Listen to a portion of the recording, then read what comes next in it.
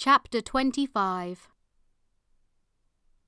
Of course the Vampire Queen had never really wanted Bane Larkin. He was just a human boy.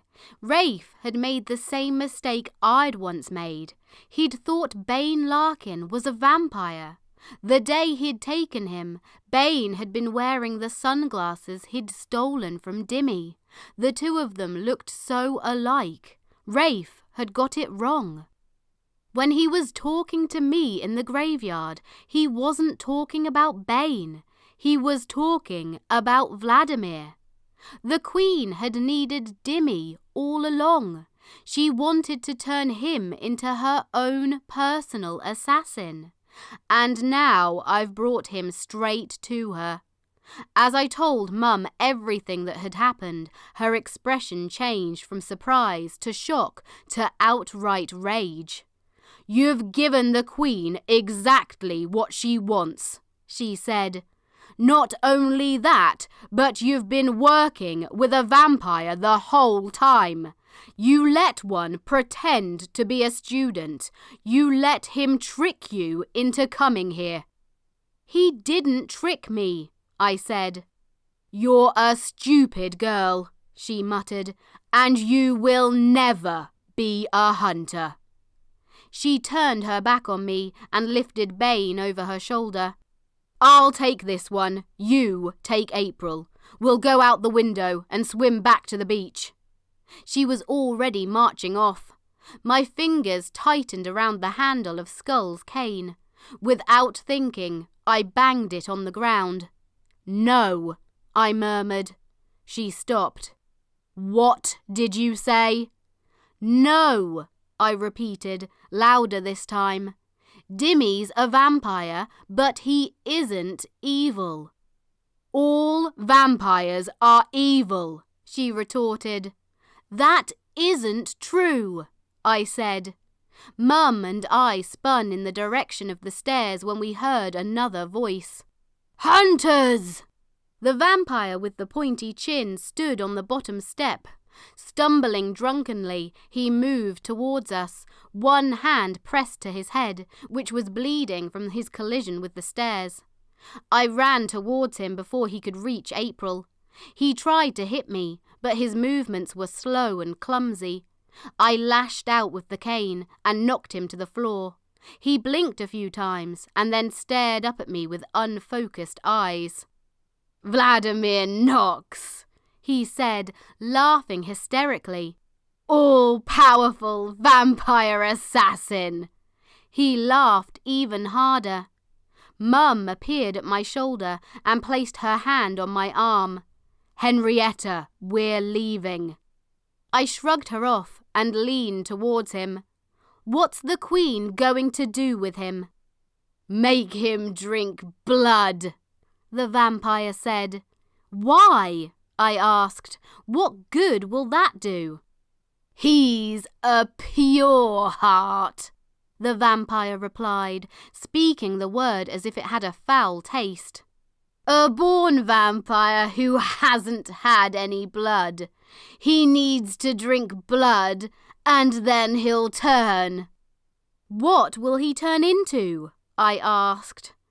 "He'll turn cold-hearted," the vampire replied. "He'll lose his emotions and become—" He began to slip out of consciousness. I shook him roughly. "Become what?" I demanded. "A killer," he said drunkenly. "A cold-hearted killer." Slowly, the vampire's mouth split into a grin, and he sniggered. "An unstoppable killer in a fluffy yellow coat." I had to stop myself from hitting him. Instead, I stood up. It was the same story Dimmy had told me. He'd said born vampires could be good, that they didn't have to drink blood. "Is this true?" I asked Mum. "Of course it's not true," she replied, but she wouldn't meet my eyes. "Mum," I said harshly. She folded her arms across her chest. Vampires crave blood, she said. It isn't possible to have a good vampire. Tell me the truth, I pressed. She ran a hand over her face and sighed. They call them pure hearts, vampires who have emotions. Bitten vampires are all cold-hearted, but if a born vampire never drinks blood, it is said that they're pure-hearted. Her voice trailed off, and she shook her head. But Etty, they all end up drinking blood eventually, so it hardly matters. I backed away. Everything had turned upside down. I can't believe you knew about this, I whispered. Vampires could be pure hearts. They could be good. If Dimmy really was a pure heart, he'd been telling the truth the whole time. He had emotions. He really cared about April and me. And I almost let him fall to his death, I thought, my stomach twisting with guilt. We have to save Dimmy, I said. It's my fault he's here. He's a vampire, she yelled.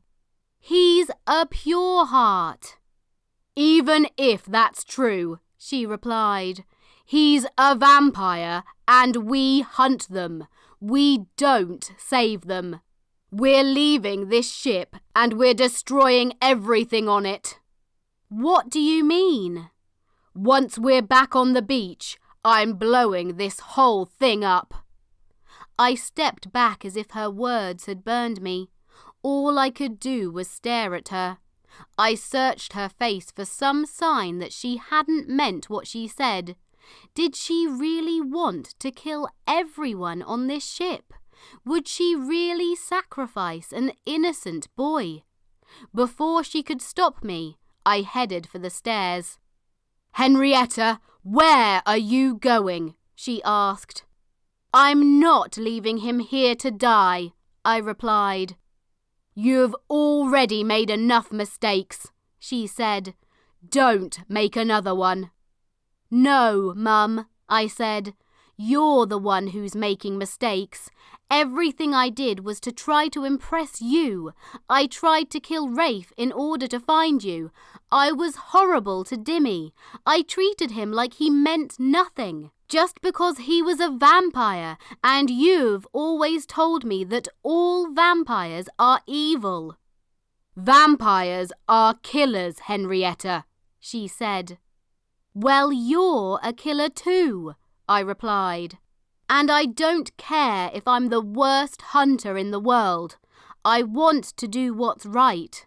Dimmy would do the same thing for me. I stormed up the stairs without looking back. Henrietta! She called after me. My name isn't Henrietta, I thought. My name's Etty, and I'm going to save my friend. Chapter 26. At the top of the stairs, I walked across the deck towards the Queen's platform. I stopped at the base of the staircase and squeezed my eyes shut. I can do this. This is what I've trained for. I couldn't see the top of the platform, but I knew who was waiting up there. The Vampire Queen. She wanted to turn Dimmy's heart cold. She wanted him to drink blood, but she'd soon find out that her plan wouldn't work. Blood couldn't go near Dimmy. Before I took another step, a terrible thought struck me and I faltered. Why couldn't Dimmy touch blood? It wasn't natural. It couldn't be. Vampires were meant to drink blood, not repel it. Something odd stopped blood coming near him. Something magical. April's words rang in my mind. The Lacuna gem blocks magic. My heart pounded. That's why she wanted the gem, I thought. Magic keeps blood away from Dimmy. If he wears the bracelet, the magic won't work and blood will be able to touch him. He'll be able to drink it." I realised I was still holding Skull's cane. It trembled in my shaking hand, and I pressed it against the deck to keep it steady. As I climbed up to the platform, I held one hand to my chest to keep my breathing calm. I counted 20 steps before I reached the top. The first thing I noticed was how dark it was. I could barely see.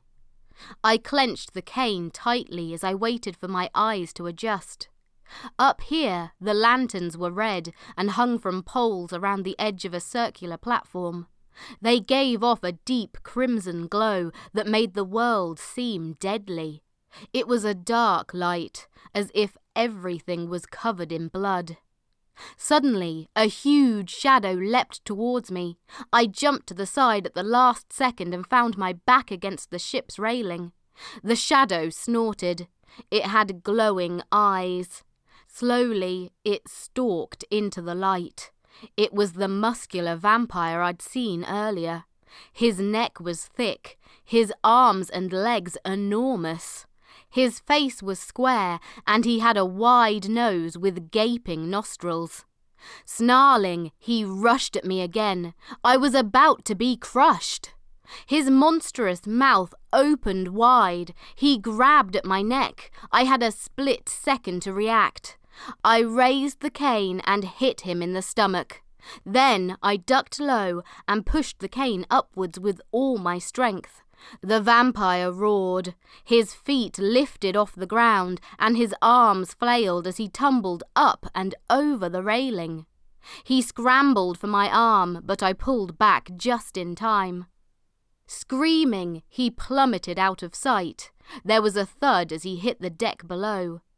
I took 3 deep breaths. My heart hammered. "Focus," I told myself.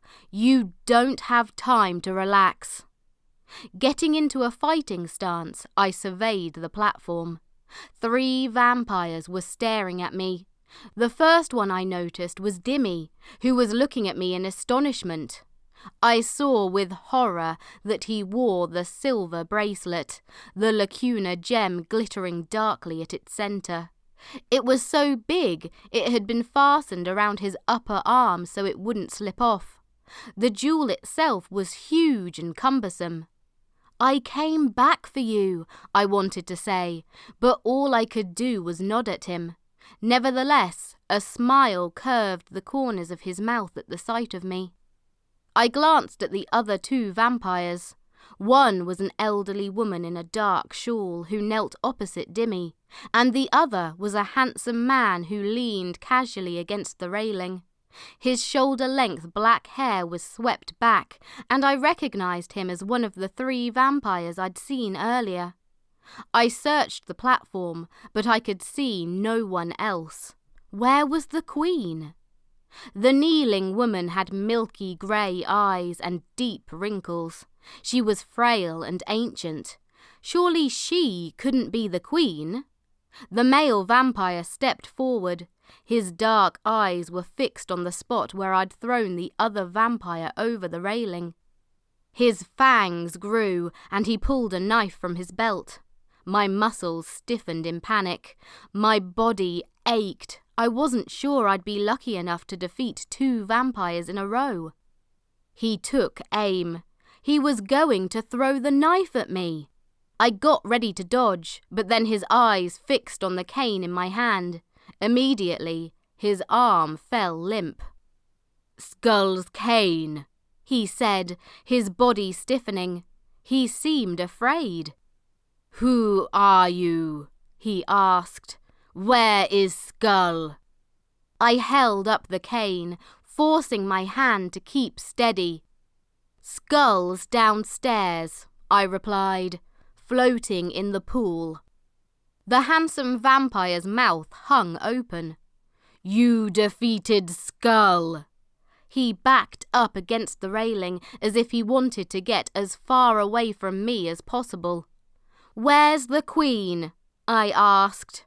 The man scowled but didn't answer. Trying to appear more confident than I felt, I stepped towards Dimmy. He was kneeling on the floor in the centre of the platform. He had been stripped of his coat, which lay next to him in a fluffy pile. The elderly woman held a goblet of red liquid. Blood.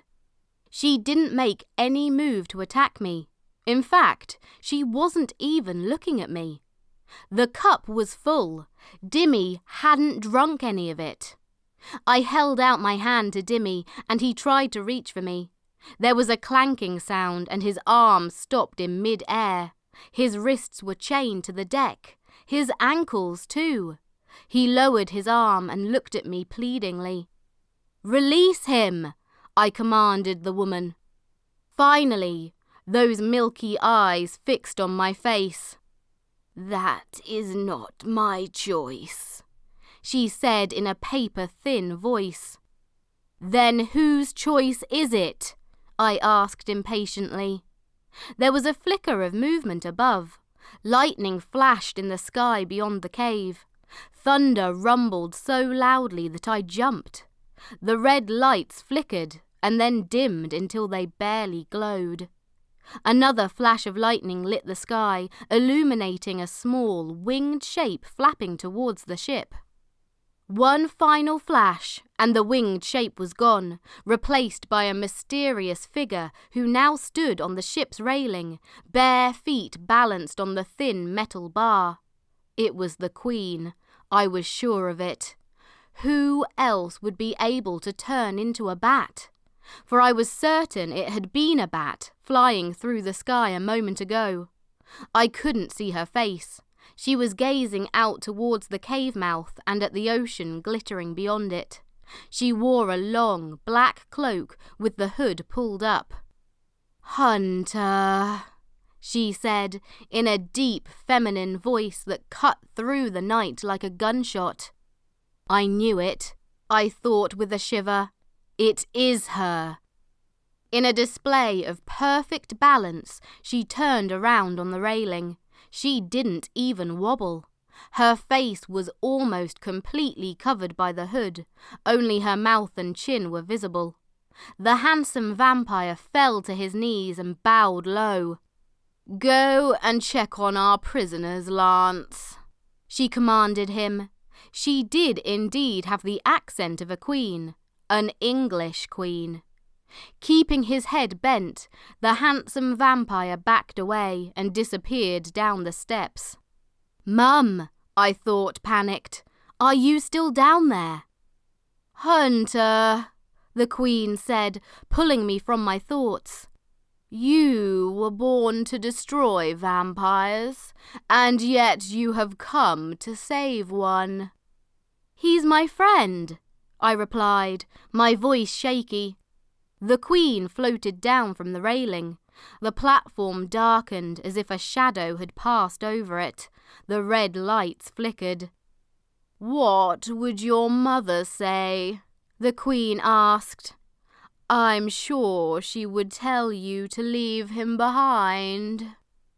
"Yes, but I know that Dimmy isn't evil." The Queen bared her teeth. "So I am evil?" You had 2 innocent women killed," I replied. "You kidnapped a child. You've been drinking his blood." "So you do think I'm evil," she said. "You think I'm bloodthirsty." She swept across the platform in a blur of black fabric and crouched next to Dimmy.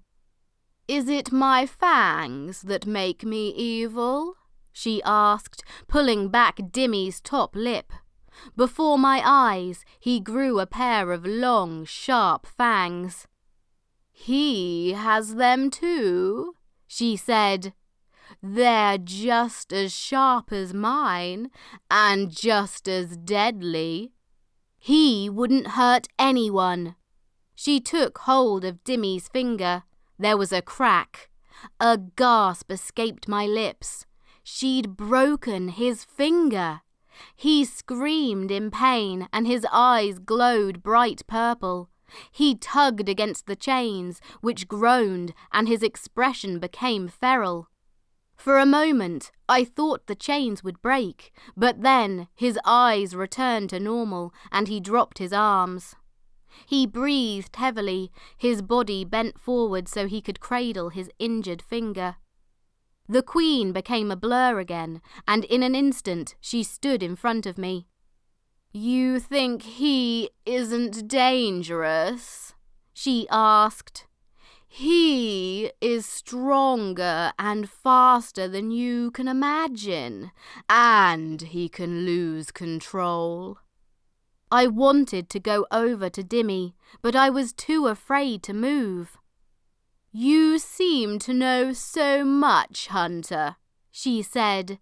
"So, tell me, what is it that makes him so good and me so evil?"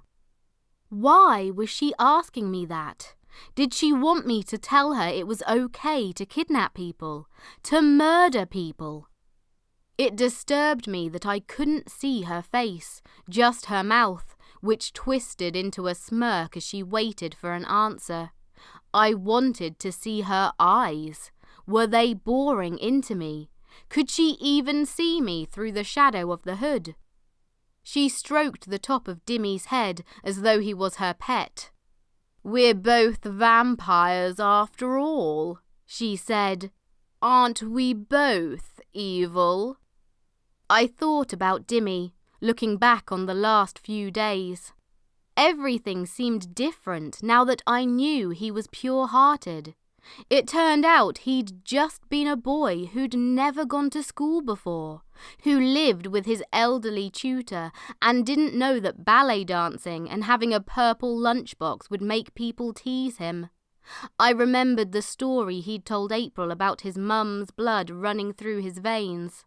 He'd just wanted to make her feel better. Then, an image of him saving her life in the graveyard swam in my mind. I saw him holding the tree branch in astonishment while Rafe lay on the ground unconscious. "It's his actions," I said at last. "It's the things he does. That's what makes him good. Unlike you, he helps people." The Queen laughed. It wasn't a happy sound. It was bitter and full of malice. Once her laughter had died away, the ship fell into a deathly silence. The only noise was the distant crashing of waves on rocks. "I'm going to tell you a story," she said, "and at the end, I want you to tell me who the real evil is. Unless you'd prefer me to kill you here and now." My heart skipped. I had a sudden instinct to run, for I had no doubt that she could kill me. She radiated the same sort of power as Skull, except I had a feeling she was even stronger than he was. I'd be no match for her. It dawned on me, in that moment, that I was going to die. I'd failed. Dimmy would be forced to drink blood and become the world's most cruel and powerful vampire, and I'd be dead. "You're going to kill me," I murmured. "Yes," she replied, "but not yet. You should die knowing the truth." A humourless smile curved her lips. "So, I'll ask you again. Will you listen to my story?" If I agreed, it might give me time to find a way out of this. There had to be a way to free Dimmy and get off this ship. Could I hope that Mum would come to my rescue? No, I couldn't rely on anyone else to save me. I'd hear the Queen's story and come up with a plan. Yes, I croaked. "Tell me." The Queen approached the railing and faced the ocean. "It started with a vampire princess called Lily," she said. "Her mother was the English vampire queen, and her father was a vampire prince from Iceland. The family owned many mansions and castles in England. None of them drank blood. They didn't even eat red meat in case any of the animal blood touched their lips. When Lily had lived for hundreds of years, her parents had another child. Children are rare in vampire families, and so it was a big celebration. After that, Lily took care of her little sister and watched her grow up. Lily decided she wanted children of her own, and so she married a vampire prince from overseas. He came to live in England with her, and for over 100 years they lived happily. That's when the rumors of the hunters started. People said hunters were stronger and faster than humans, and they had weapons that could stun, weaken, and even kill a vampire. In other countries, born vampires wanted more protection from the hunters, so they broke the old laws and began to create the bitten. They would bite humans and wait for them to change into vampires, and then keep them as bodyguards. In England, Lily's family didn't think the hunters were a threat, so they carried on as normal. After a time, Lily became pregnant and had a child. The Queen paused. I held my breath as she turned and took a predatory step towards me. Her mouth was a thin line. For some reason, I was afraid to hear the rest of her story. I knew it had something to do with me, something dark. Lily's child was barely a year old when the hunters came, the Queen said. They stormed the castle and killed everyone in it. Near the end, Lily, her husband and her baby were the only ones left alive. The hunters were coming for them, and they were trapped, certain to die. And so Lily did something she thought she'd never do. She drained the blood from the first hunter who came for them and sucked all the life out of him. She'd never had blood before, but she knew that a born vampire who feeds is far stronger and faster than those who don't. And so, with her new strength, she killed more and more hunters, and drained more and more blood, until she was completely cold-hearted. There wasn't a scrap of emotion left in her. After the carnage, she went back to find her husband, but when he saw her, he was horrified, and she realized that she didn't care. She didn't care about him or her child any more. Her heart had turned to ice. And so she fled. She'd saved her child, but she'd cursed herself forever. As her story ended, my mind raced. It couldn't be true. Hunters would never have attacked an innocent family like that. If they'd known the vampires were pure-hearted, they wouldn't have hurt them. The Queen took another step closer to me. I felt horribly aware of the pulse in my neck. Could she hear it? Did she want to sink her fangs into me? "Hunter, I'm waiting," she said.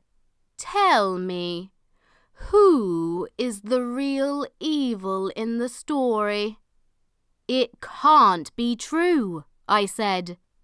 "Oh, but it is," she snarled. "Hunters would never do that, not unless they thought Lily's family was dangerous." "Something made them attack that night. Do you know what it was?" I shook my head. The Queen's lip curled.